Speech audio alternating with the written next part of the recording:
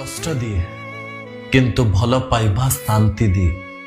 मोह और भल पाइबा भितरे पार्थक्य कौन?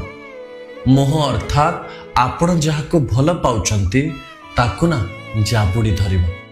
जहाको भल पाउथिबे से छटपट हबो, जीवा पाई चेष्टा करिबो। जहाको जाबुड़ी धरिथिबे ना से सब बेले जीवा पाई चेष्टा करिबो। किंतु भल पाइबार अर्थ होउची मुक्त। आपण छाड़ी देबे, सी जदि आपणकर हेथिबो ना आपणक पाखकु जेमिति हेले भी फेरिबो।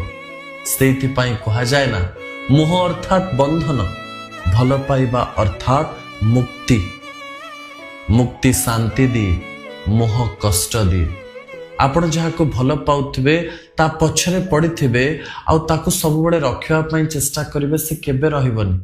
जदि सतरे भल पाइबा थिबो ताले मुक्त भावरे छाड़ी देलेबे से आपणक पाखक